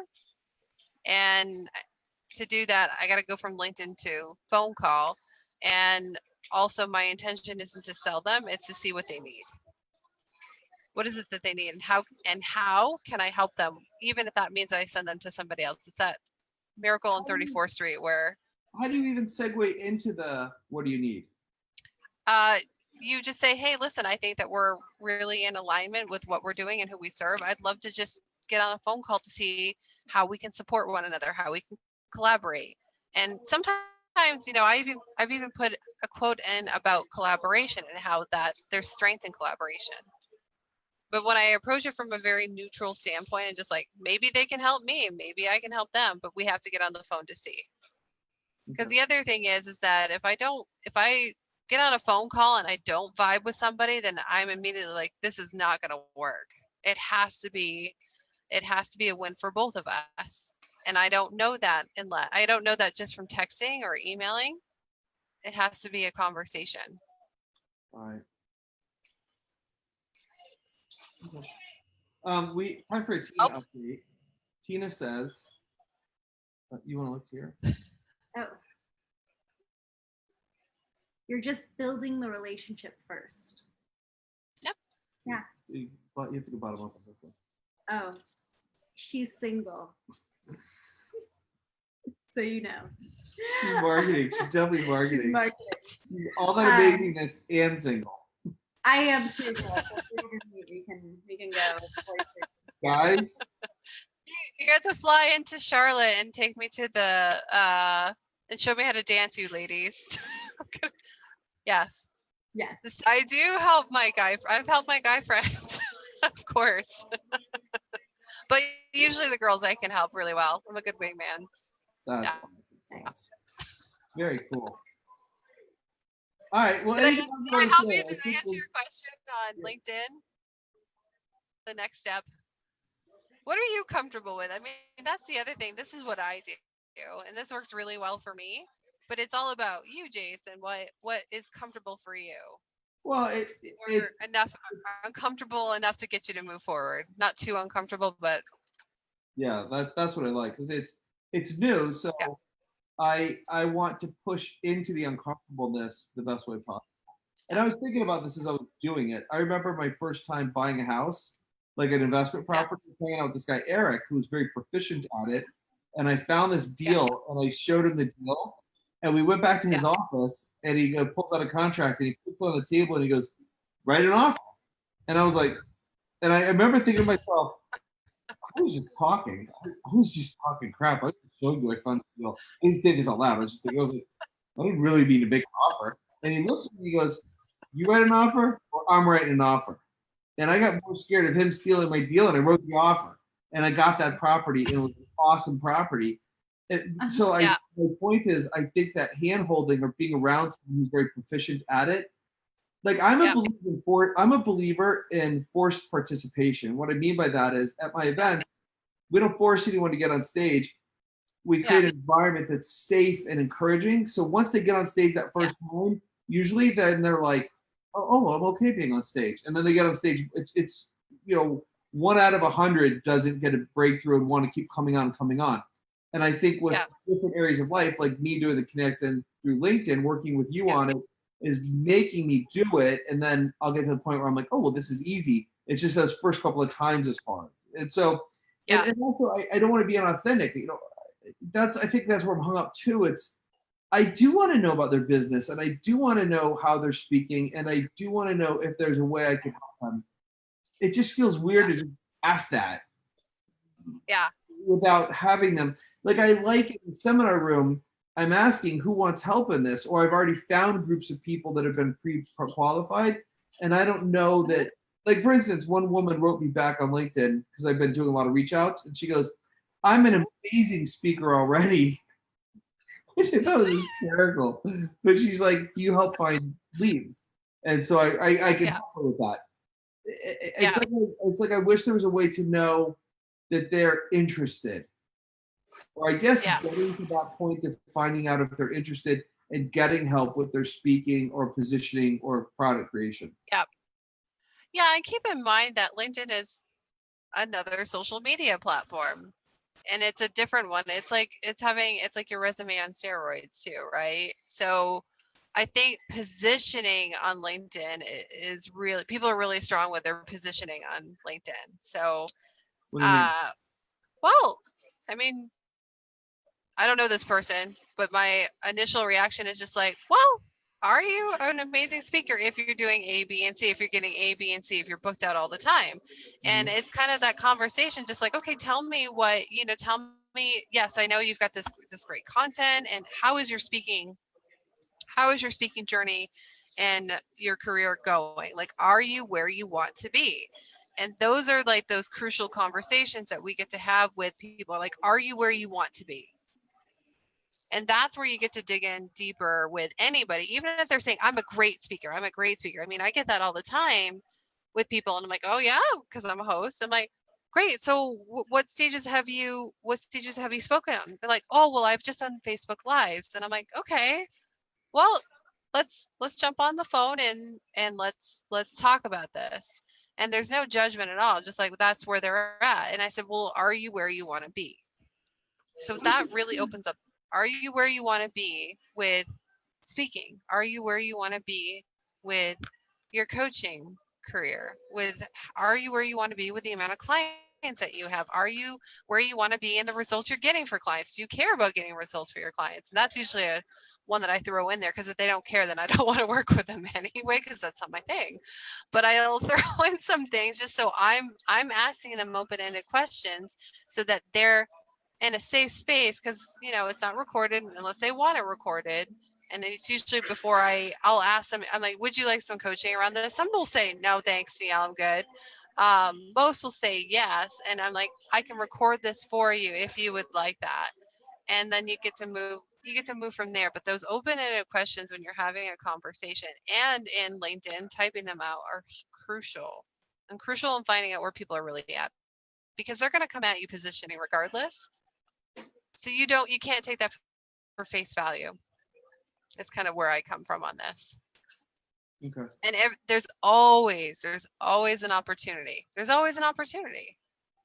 There's an opportunity. Oh, go ahead. Go ahead. Well, just I remember talking to a podcaster, and I really respect this podcaster. And she was frustrated she thought that LinkedIn was really annoying, because people were just trying to sell her and sell her and sell her and sell her. And I'm like, well, I said, yeah, I can totally understand that. And since it's taking up time in your day to read a LinkedIn message, I said, how can you flip the switch on that conversation so that it is a conversation? Just like, hey, that's great what you're selling. I don't have a need for it. But you know what? Let's jump on the phone. Maybe my clients will, maybe my colleagues will, but I have to understand more. And so when you can flip the conversation and thinking that there's always an opportunity, and I always come from this place, and I know some people don't agree with it, but I'm like, if you always come from that space of there's an opportunity to serve, there's an opportunity to help, if they're willing to meet me halfway and jump on the phone and just see where it goes. Yeah. And it can be really powerful. And, Jase, for you to just give you a little bit of, maybe if you don't reach out to them, another speaker coach will on LinkedIn. I'm trying to maximize the time, my time. So I either want to have one of my do it, or can we move some of those questions to the text, like, are you where you want to be, and that kind of stuff? Yeah. I was just thinking a great question would be for them, if I had a 300-person stage and you could lead, harvest, or sell, would you know what you're going to talk about? You have your products ready? Yeah. Is that too broad to just ask? It just depends on your customer journey. Would your ideal customer respond well to that? How would they respond? So if you go back to the customer journey piece of it, and you've got amazing clients, you love your clients, you talk about them all the time, it's incredible. And you can even ask them, okay, if we were just meeting on LinkedIn, what would really get you to jump on the phone with me? Yeah, you just gave me the solution I needed. Thank you. Duh. I'm just gonna Welcome. get on the phone with my favorite clients and ask them. Just get on the phone with your favorite. And Get on this the is phone with so Natalie. easy, you guys. When you follow what you say, you just ask your clients and ask potential clients. You just talk to them and then build. That's one of the things I've said that I love how Natalie built her thing. And like what you're saying is, I've always said like the way to create your seminars, workshops, books is to first coach one-to-one. Because when you coach one-to-one, you get intimate with them, what their challenges are, what they want. Yep. And through coaching them, you get better at delivering the breakthroughs. And then the other thing that happens is, let's suppose you do 10 one-on-one, 1 hour consultations, 10 different people. You're going to discover what 2 or 3 challenges keep coming up over and over, and what 2 or 3 goals people want coming up over and over. And if enough people say, I have this problem, then you could build a solution to that problem. And it's reasonable that the market will want it because those people already wanted it. So it's reasonable to think more people will. So the way you build out great marketing and great programs is by working with people. And so the way I'm going to build out this marketing for me is I'm just going to start talking to more people. Yeah, thank you. It also comes out of too, like that avatar. A lot of people don't know what that means. It's just coming up with who would be your perfect client, and then building marketing to them. And then if you have a client you really like, or clients, asking them like, hey, what's great? Well, thank you. That's the solution I needed, because I'll just That's talk the solution. Okay. Thank you. We'll just talk until we get it out. Yeah, and with everybody, they're like, how do I know that I have my ideal clients? And this is where I really tap into the feeling. I'm like, well, how do you feel after you've worked with a client? Do you feel tired? Do you need a nap? Do you need food? Do you need to put something in your mouth? Or do you feel uplifted and energetic and like, oh my gosh, I feel like I could take on the world, or oh my gosh, they had a huge breakthrough and that felt so amazing. I want to do this forever. I would have done it for free. So the latter is, those are your ideal clients. If you if you would show up and do this with them for free, and you're getting paid. I'm not saying do it for free, but if that's how you feel, that's an ideal client. Who could not use more of that in their life? I could use more of that, right? That happiness, that joyfulness. Yeah. Like Natalie, I love her. I love what she's doing. I love where she's coming from. I love what she's bringing. And then so I just had that call. We supposed to be an hour, and we did like an hour and a half. Diane's like, that was a long call. And I was like, man, we made great. And afterwards, excited because her presentation is coming together and it's really good, and her story is coming together. And I think, side note, one of my favorite things about stories, when the breakthrough that got you where you are is the breakthrough you offer people, that's the easiest sell. Like, that's so great. Some people are selling stuff. You're always selling something related to your breakthrough, because it's how you view life. But when it's perfectly linear, it's just so nice. I always feel uplifted, excited after we talk to you. So this has been super awesome. So as we're going to wrap it up, is there anything else you wanted to add or say? Anything else you could? But now, Danielle, I do. I feel like more uplifted every time we talk. It's just fantastic. So I'm super excited to have you on this call today, and I'm so excited to go to your event. So let's give people the link again. If you could please send me the newer link you made in the all lowercase without the hyphens, and then final comments. So any comments from you or any Tina? Do you want to just read out the last one? She says, maybe ask them what is one thing that you struggle with as a speaker. That's a great idea. Yeah, that's perfect. Yeah, I mean, because everybody struggles with something in any kind of industry. Yeah. And one of the things that I've seen people do, but now it's clicking while they do it, they have these online surveys people can fill out before they get a chance to talk. And now I'm getting, I thought it was just a tactic, but I'm getting the logic behind it. Cool. Anything you want to share before we click off? No. Are your feet warm enough? They are warm enough. I will be posting pictures of socks with Oh, we have to family get the later. socks. You guys got to talk. Are you gonna go get the? Are you gonna go get the socks? Okay, we're gonna. No, Can we you're do not picking, that? I'm Can I get to picking. see? He's Pick gonna go get pretty you ones. socks. Colorful. See, this I is get a vote, the right? Yes, you get a vote. This is the real reason Okay. it's not cold is because he's sitting with a heat pack on his lap the whole time. Ah, All right, that I makes will sense. embarrass myself. Do you want to show them the shorts? Oh, let's see. So I think these are my live shorts. I wear these every time I have a live because normally you only see me from stuff. So here's my Can we shorts. see you? A little dark.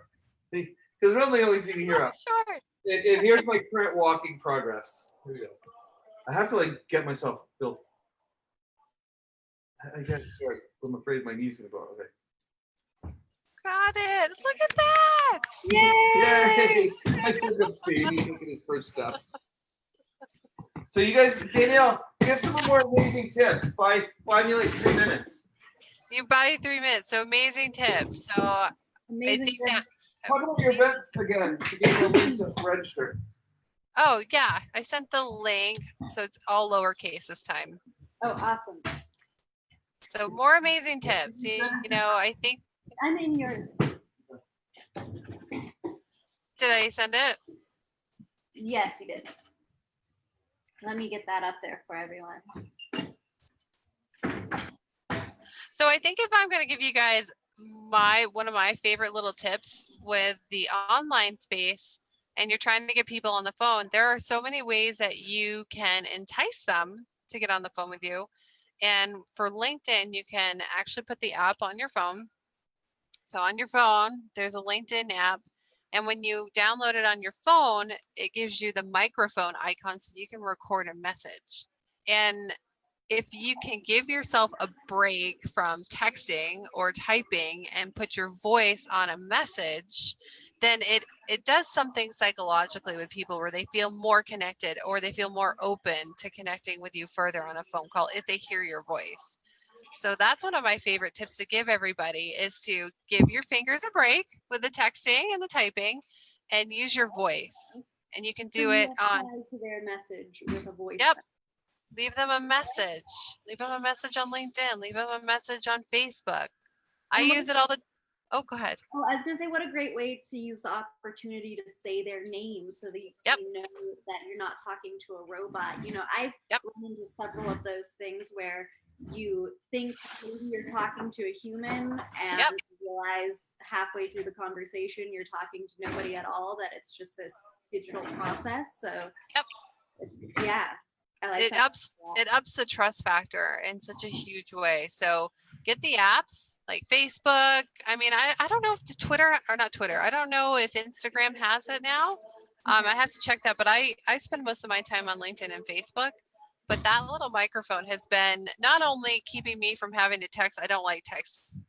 It's also been a huge communication tool so that people, they hear my voice like, oh, she sounds pleasant. I could get on the phone with her. I don't know if that's what they're thinking, but I tend to get more phone calls that way with people. Yeah, absolutely. It's really simple. And it takes like no time at all. And the thing I love about it is that I don't overthink when I'm writing because I'm just talking and I'm just talking to them like they're a regular person. Oh, that's awesome. Right. That's an amazing tip. Yep. Did you give out the link again? Yes, we did. Did you post it in there? Yeah. Awesome. Cool. This has been so awesome. Did you have another one or should I do the socks? I think that's a good, do the socks. That's my favorite one. If you guys do anything, give your fingers a break today and go and voice message everybody. Okay, so ready? So I'll let you pick the top 4 and then we'll like have Tina pick and then maybe we'll do it for voting or you guys will just choose. So first round is just normal little like ankle socks. You don't get a vote. I vote no. You don't. Do you have her not look? I don't like ankle socks. They like suffocate your ankle. Oh, that's a good point. Okay, that's number 1. Number 1. It's like an ankle choker. Let's put it here so people can see them. Number 2, ankle choker sock. Number 2 would be some Cabela's, nice worn all-weather socks that you could go hiking into. Mhm. These look. Where's the? I do like Cabela's. They're somewhere. Cabela. Well, I want to show people how it would look here. with your sandal, so they can get the full. Like you want to tuck Here. that in There we go. The full. to the toe there. That would there. be. Yeah. That would look really good. That says Midwest tourist right there. That is hot. Right there. Midwest tourist. You know, the great thing about these shoes, though, is you can wear black socks underneath them, and people think it's part of the shoe. Oh. Do you That's got black fun. socks? Really big and fuzzy purple socks. I'm not sure. Oh, these Okay, are- okay, that's my vote right there. That's nice. That's I like nice. that. Purple and fluffy, yeah. So Purple That's and my vote. green is my favorite combination too. Those So are my purple. favorite colors. purple and- Really? Purple and green are my favorite colors. Yep. But we got more to see though. I've So- already decided I like the purple ones. You haven't seen these though. What I know, oh, those are cute too. All right, those are second place. I Look, still at, like the look, at how, look at how that goes together. That's something right. That's Well, I think the green matches the lettuce in the hamburger, so it Did you hear what she said? matches a little bit. No, say that again. I said that's like a kindergarten teacher combo. If you're a kindergarten teacher, Diane said it, not me. The comments and views expressed by Diane. And then we My have- daughter's kindergarten teacher would probably wear that. And then we I have think that the, would be the greatest thing about being a kindergarten teacher, right? Well, yeah, If you I get was to a turn. kindergarten teacher, oh, but the I toes Those look won't really show. I would uncomfortable. totally Do you, dress like Miss Frizzle. Yeah. Have a toe well, there. do you have like a second toe that's longer than your big toe? Because that would be really uncomfortable. No, You don't. Okay. So those I don't are. have a long second toe, but my daughter You does. don't- It's Does like I do too, so I can't wear those very socks. long, but then a big toe. Okay, now that was not a joke, but your point. But that's a good example of knowing your avatar. Like Yeah. you know the pain of that, and so you brought that. Yeah. I didn't even know that was. I didn't even know to look at that. But if someone Yeah. was building a solution for people, like literally, if someone's building socks, they could build the second toe longer sock, and they're gonna hit Yep. hit a niche probably no one else is hitting. This is true. I would buy those. I can't buy those ones. I'm like, no, that's gonna be so uncomfortable. You just Right. cut the top of the second toe off. Well, you're gonna laugh at this, but it does it automatically because that when I try that, it automatically pushes that part of the sock out. Pull the So sock out. It gets worn yeah, out. so then and then I call. hate having like one toe that's not covered. So it drives me crazy. So what we should sell Love it. is toe caps toe for your cap. second A little toe. cap for your second toe. Do you have Yeah. a longer second toe? Are you tired of? It just writes itself. Are you tired of one toe freezing? You're always catching Yes. that one toenail. You see the commercial. I do it on my pantyhose. It's always like whenever I wear, and I hate wearing pantyhose because my second toe always, it does every time. And then like my professional socks. I mean, it's not that. I mean, I'm talking like this. Everyone's like, well, how long is their second toe? Is it like that much longer? And it's not, but it's enough to be annoying. Yes.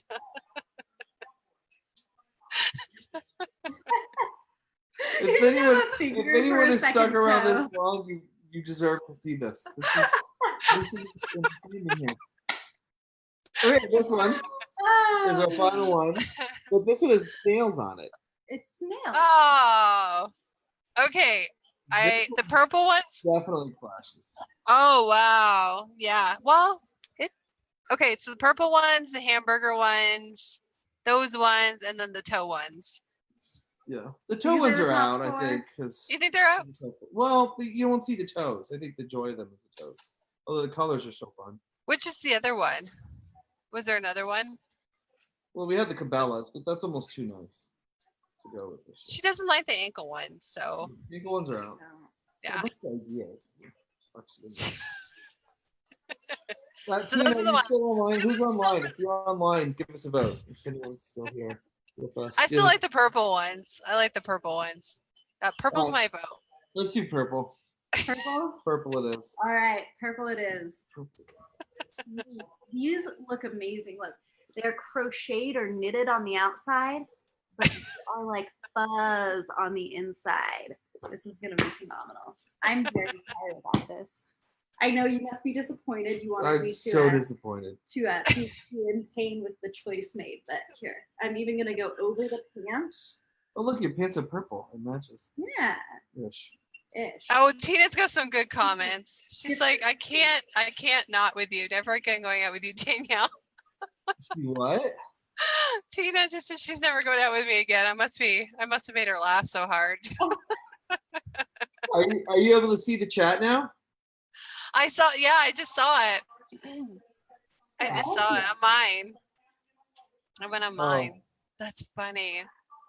No, we can't. That is so. That could be an old comment too. Okay, if she votes purple socks, I vote Mickey D socks. So Yeah, Tina's votes for the Mickey D socks.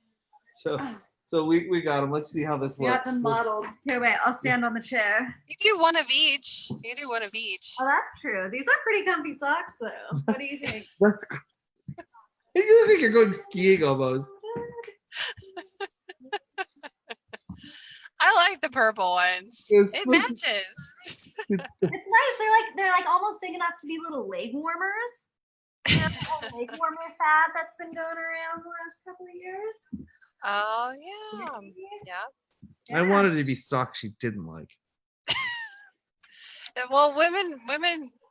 No, they work together. Jay, You sorry. really do like these, don't you? You're very proud I of me. like these. You might not be getting these back. Well, tune in They look next really week and we'll be sharing. What underwear should Jase wear? We won't be doing show and tell on that one. We won't be doing that.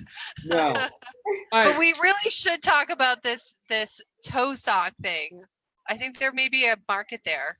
We just saw little should caps, do little an ad caps. Like for it. little Yeah. caps. I think that could be like the next big thing for could. socks. I'm just gonna ask people on LinkedIn, is your fucking toe bigger? It'll be what the H. So hey, for real, before I forget this, I did want to comment on LinkedIn. You were talking about positioning. So I've been doing a lot of reach outs, and someone messaged me last night, and they said they watch my videos and they're really impressed. And I'm like, where do you see my videos? They must have just Googled me, because if you Google me, tons of videos pop up. And I was like, okay, that's cool. And so I went in. I just found out also with LinkedIn, for all of your employments, you could upload a picture that represents that employment. I didn't know you could do that. So now on my profile, that's like what I do with a photo of either me or the company or the logo. So like with current business profitable presentations, I have a picture of our last event with the group of people together in the theater we rented. So that's pretty cool. So all right, well, hey, we got to tune off. It's almost 2 hours. I do want to share this lesson with you and other people talking about. So I did a 2-hour one last week. We were doing show and tell, and I had no idea we'd go that long. I didn't think we'd go this long today either, right? It's been interesting. I've had a few people since last week say, oh, I'm in the middle of watching it, or I'm still watching it. It's like they're watching it like a TV show. So you guys, thank you for those lovely comments that said that. That means the world to me. My goal for this is to give you information that impacts your business so that you make more money, so that you make a difference. Also to entertain you and get you to laugh and have some fun in your day. And then to do lead harvesting, either let people know we know our stuff and spin them up into becoming clients, or if they're clients already, make them more effective and get out there. Or if they don't know us yet, to see this and go, oh, wow, these are people I want to know more. So Danielle, thanks for being a part of that journey and really helping. Look at your stuff you want to say to send us out. What do you want to say? I thought this was great. I didn't expect this. I was like, oh, we're going to jump on real quick. So thank you for hosting, you guys. Being a host is like one of the best things that I love doing. And I love when I get to connect with other awesome hosts and hold that space with you. So thank you guys for that. And thanks everybody for watching all the way through. So, right? Even if you got to do fits and starts. Anything from you? My feet are so much more comfortable now. So thank you all. Tina, you got the award for most comments today. Thank you, Tina. I look forward to meeting you at Danielle's event out there. And one thing I keep forgetting to say that I want to just end all my videos with, whatever you guys out there believe in, whatever your orientation, religion, I don't care. God loves you, and He has great things in store for you. And if there's anything I've ever done that's benefited you, it's because God pulled me out of a dark pit, and I want to just be His salt and light in the world. I want to help heal the world, heal people, make the world go down a little bit easier, and be light in dark places. So that's our mission, and that's what we want to help you bring to the world as well, to go out and make a difference in people's lives. So thank you guys. We'll see you every Tuesday at 11 Pacific, 2 Eastern, 12 Mountain, 1 Central. Anything else? And Daniel, one more time, your link. Or just find the link in the comments to go to the event. What's the date of the event? October 18th and 19th, general admission. Get the upgrade so you can have the third day, October 20th, with us. Awesome. Awesome. Love you guys. We'll see you again. Thanks, Bye, guys. guys. Oh, wait. Danielle, are you still there? Yeah. I wanted to get a picture of us on here. Hold on. We got to do this real quick. Oh. So, I almost clicked leave meeting. Thing I did. So here's what I'm gonna do is I want to take a picture of my computer. So do me a favor, wave, and when we're all waving on the reel and the replay. I'll cover Starbucks up now. Yeah, Starbucks. I'm not a big fan of Starbucks. Waving or waving, keep waving, keep waving, keep waving, keep waving. Wow, that's a really long delay. This is how long the delay is. Oh, now we're waving. Now we're waving. All right, bye guys. Love you guys. Thanks, Danielle. Bye.